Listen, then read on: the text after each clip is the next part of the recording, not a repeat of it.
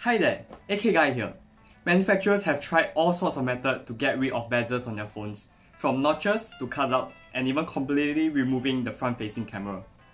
So in this video, let's take a look at how Vivo removed the bezels on the Vivo V15 Pro. This is the Vivo V15 Pro. The most unique thing about this phone is its design. Just look at those cameras on the rear.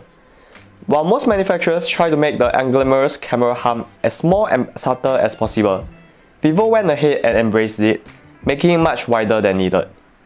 This bold design choice isn't for everyone, but it does make this phone stand out from others. Matching the bold design are two eye-catching colors. In Singapore, you can get the Vivo V15 Pro in coral red or topaz blue, the latter featured in this video.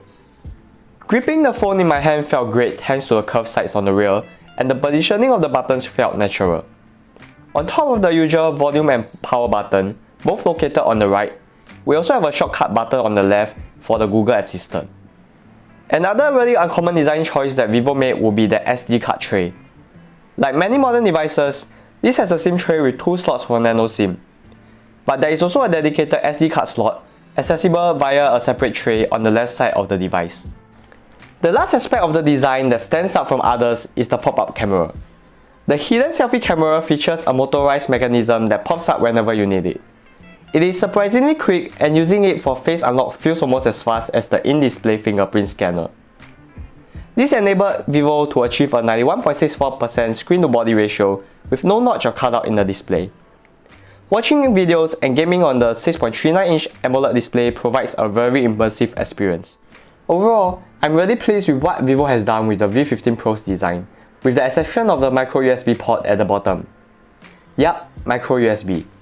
How is it that Xiaomi's $329 Redmi Note 7 comes with a USB Type-C port and Vivo is unable to fit one in their almost $700 device?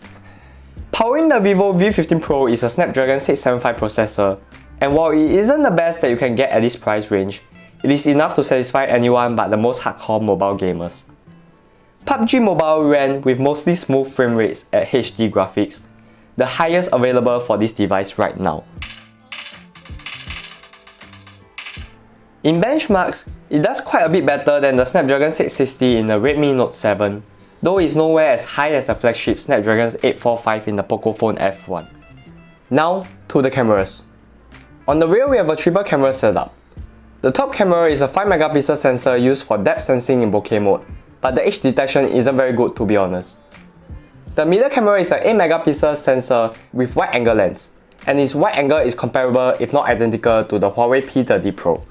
The last camera houses the main 48MP sensor with f1.8 aperture, though by default it shoots at 12MP.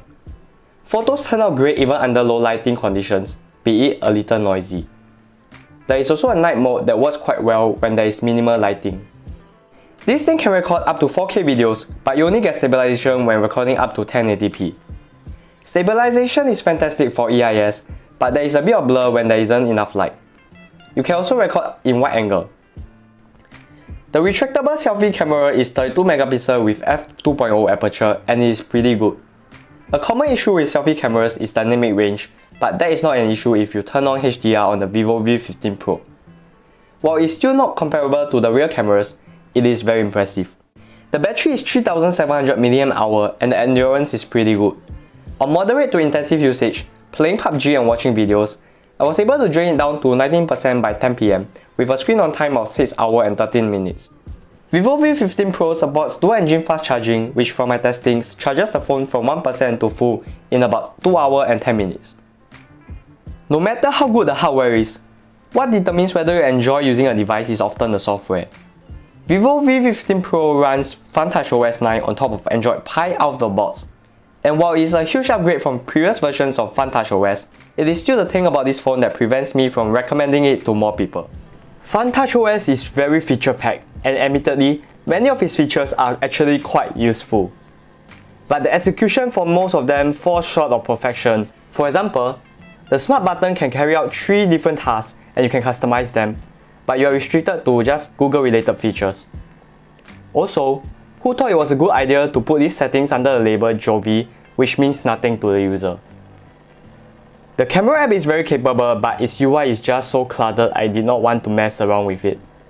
Why are there so many icons? Is there no other ways they can present these toggles? What Vivo needs to do now is not add more features, but to think of ways to refine these features and to integrate these features into a UI in a way that is less daunting for the users. So, will I recommend the Vivo V15 Pro? The UI isn't exactly my favorite. In fact, I'm sure a lot of you don't like it either. And there are a lot of great phones at this price. But if you want a phone that stands out in terms of looks and take great selfies, why not? It's a great device to get. So that's the end of my video. If you like this video, do leave a like and share with your friends. Bye!